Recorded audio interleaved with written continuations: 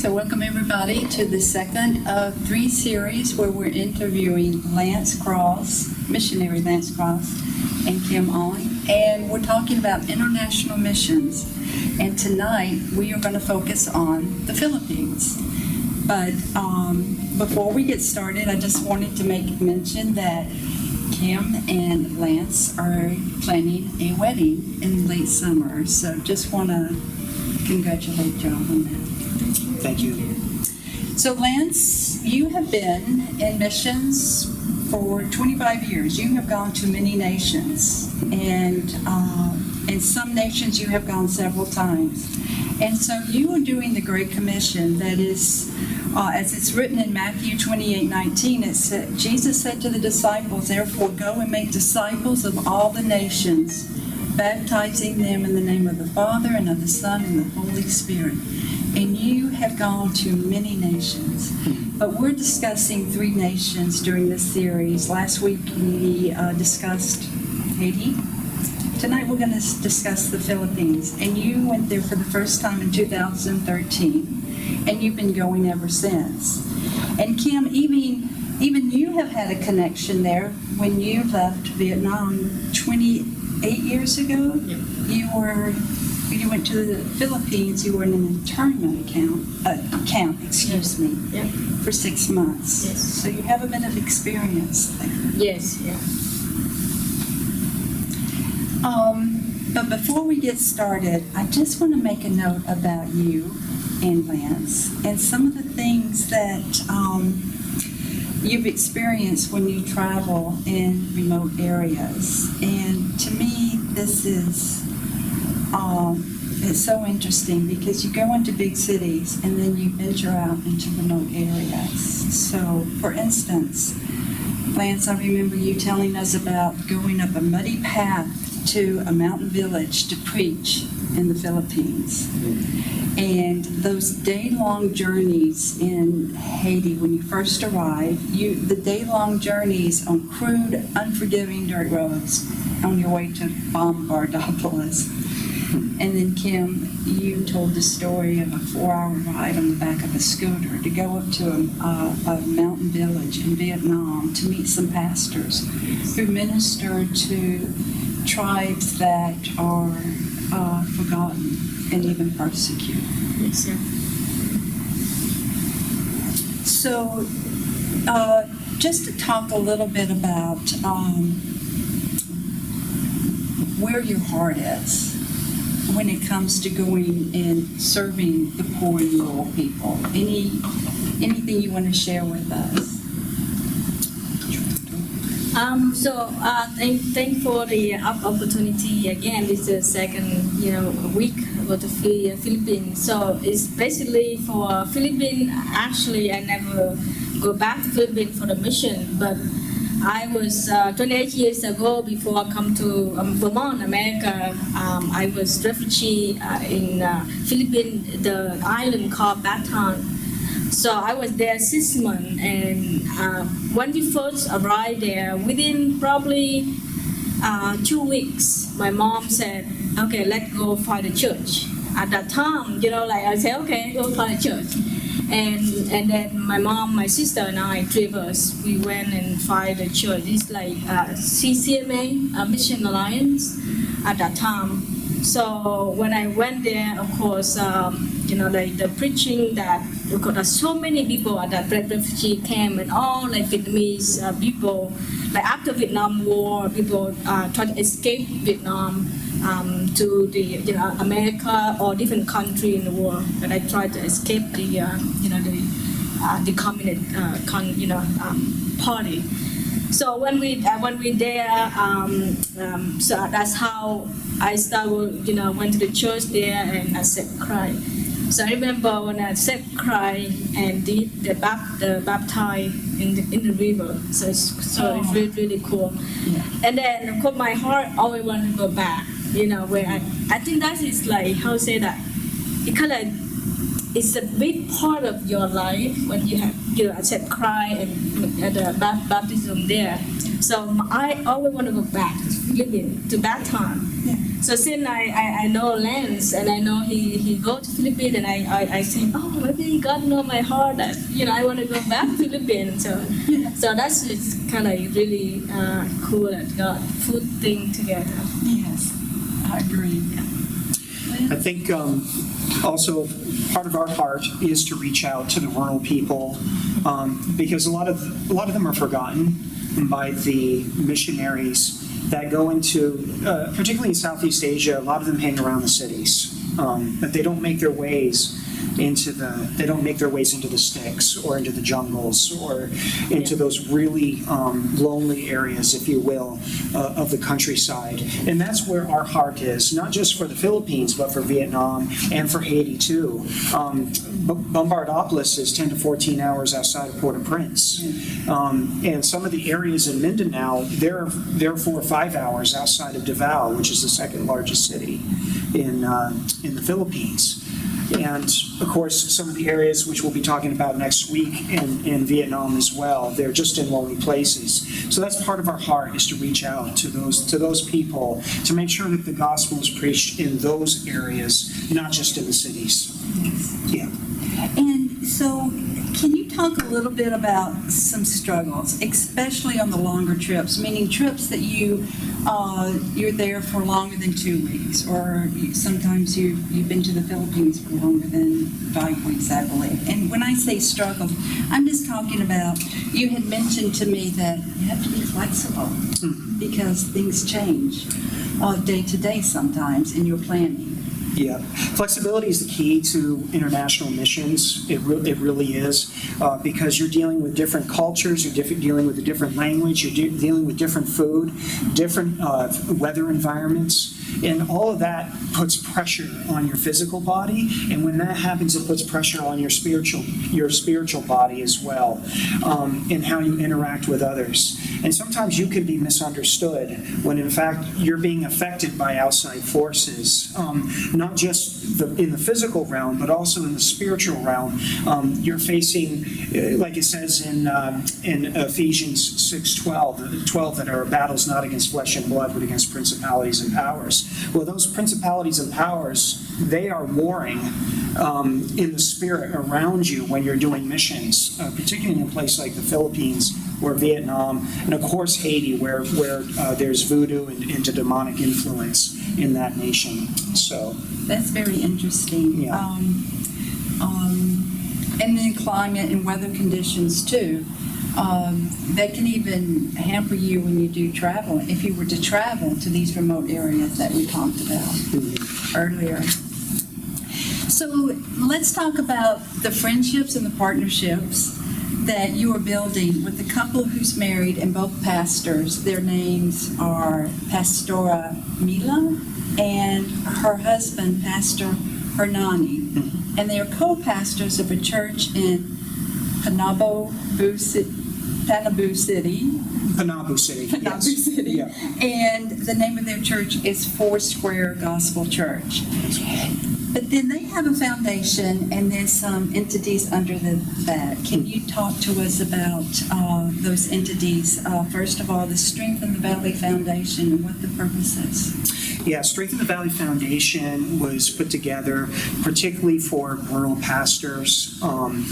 There's 100 pastors that they serve under Strength of the Valley Foundation, and their main reach is to the rural peoples of Mindanao in the mountains, particularly those who are up against the NRA, and I'm not talking the National Rifle Association, I'm talking about the New Republic's Army, which is a communist terrorist organization. And also they face off against Al-Qaeda and ISIS in Mindanao. Mindanao is a hotbed of terrorist activity, and many of these pastors and their spouses and their children, for that matter, they minister in these areas. And one of the main focuses is to encourage those pastors to grow in their faith. A lot of them are lay, which means that they haven't been trained in a seminary, which we'll be talking more about where training is going to come into play a little bit later on, I think. Right. But their main focus is to reach out to the poor and to the rural peoples and to make sure that they are supported in the ministry that they do on the island. And so part of that support is, as they care for these people, they provide spiritual needs. They provide, and this might be the poor too, not just these pastors, but food and medicine. They provide education. And then Strength in the Valley also has created care groups. Yes. And they minister to youth and college students, and that is because they're in the city, there's in the surrounding area, there's quite a few colleges and universities. Yeah, that's correct. Not just secular universities, but Christian universities as well. They try to reach out to those students because sometimes, just like here in America, those students get lost. You know, there's that age where they seem to disappear, and what their goal is to try to reach out to those individuals, make sure that they keep the faith. And one of the ways that they do that is they have designated groups for their high school, their youth and high school students, and their college students.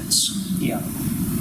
And then under that foundation that they have a center called the Lighthouse Center, and it's for the neighborhood. It's a ministry for the neighborhoods. Can you tell us a little bit about that? Yes. They live, meaning Pastor Mila and Pastor Hanani, they live in one of the poorest neighborhoods of Panamu City, and that's on purpose.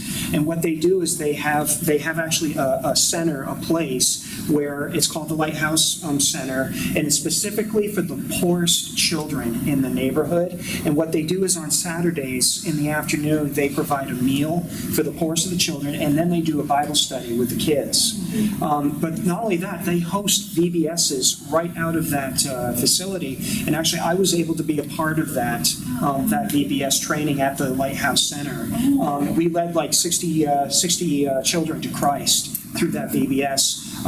Which was amazing to see just their little hands go up to believe upon the Lord. So that's something that's near and dear to their hearts.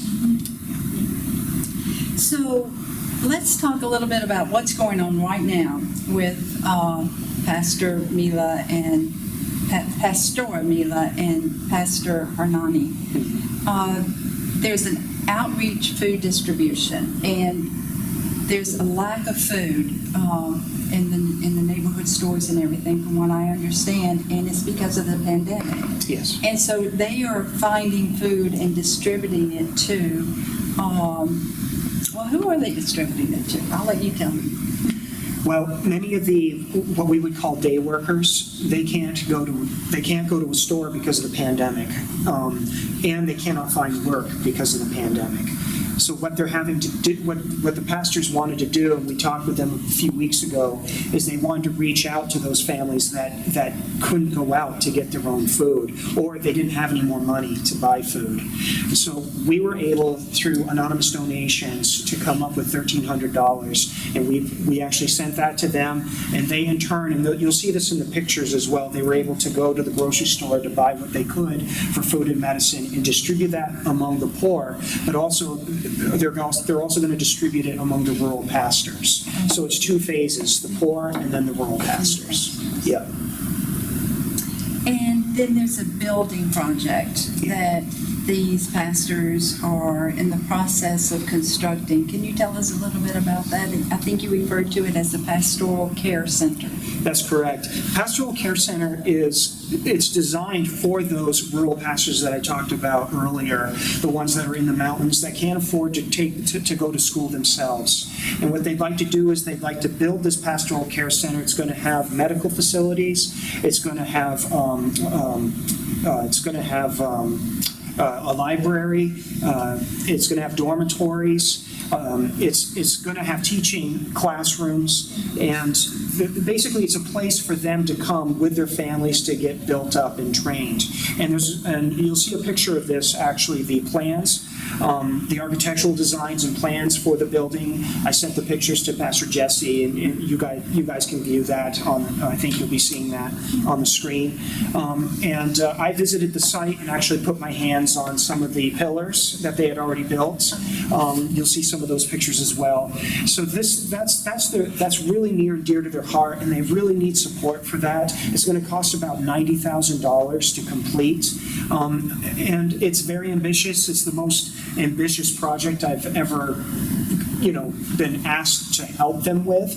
I don't know what that's going to look like going forward, but who knows what the Lord has in store for that project. So just be praying for that God would provide. So we're just about to wrap up, but I just wanted to say that the world pandemic has stood in the way of your 2020 plans to go to the Philippines. And Pastora Myla and Pastor Hernani have given you and Kim an open invitation to return. Can you tell us more? Can you tell us more about what your plans may be? And how can Daybreakers help? Well, that open invitation isn't just to us, but it's also to other Daybreakers who would like to go on a mission trip there. And the thing that they're really looking for is they're looking for teachers, evangelists, pastors to come and to work alongside their pastors and their lay people, to train them up, to build them up, to work alongside their care groups, which is like our iConnect groups. They meet every day. There's always a group meeting. And they do a lot of different conferences and workshops and things like that. And that's something that they would like us to help them with, but also the work project, whatever we can do to help them with the Pastoral Care Center. We may not be able to go into the mountains. They may have to come down and visit us because it's just too dangerous for missionaries to go there. But that is some of what Daybreakers can do in the future if we decide to do a mission trip again to the Philippines. Thank you for that. So, final thoughts. In your life as a missionary, what is your great joy, your hope in telling people the good news of who Jesus is and what he has done? Well, it is just that. It's preaching the gospel, seeing God's kingdom advanced in the earth, not only here, but abroad, in the Philippines, in Vietnam, in Haiti, and other parts of the world. The other passion that I have is coming alongside ministries and helping them with work projects. And I'm talking about work projects that have a beginning and they have an end, not these open-ended projects that go on for 20 years, but something that can be done within a year or two. That's really my passion and my heart, is to help with those kinds of things. And when a community sees that those projects are completed, it really encourages them. And we saw that with the missionary house that we built in Bombardopolis. People were coming up to Reedson and saying, there's been nothing that grand ever built in Bombardopolis. It's amazing. They said it was a miracle that you were able to build that. Oh my. And there's other things. The church that we talked about last week, helping out with that project, drilling wells, building a chicken coop, those kinds of things. Those are the kinds of projects that really build up my passion, that really build up my heart. And I'm hoping that other people will be stirred here at Daybreak to do the same, to help out with those types of projects. Thank you for sharing that. It's been such a pleasure talking to you. Thank you so much. God bless you. Thank you. Thank you so much. God bless you. Thank you, viewers. Thank you.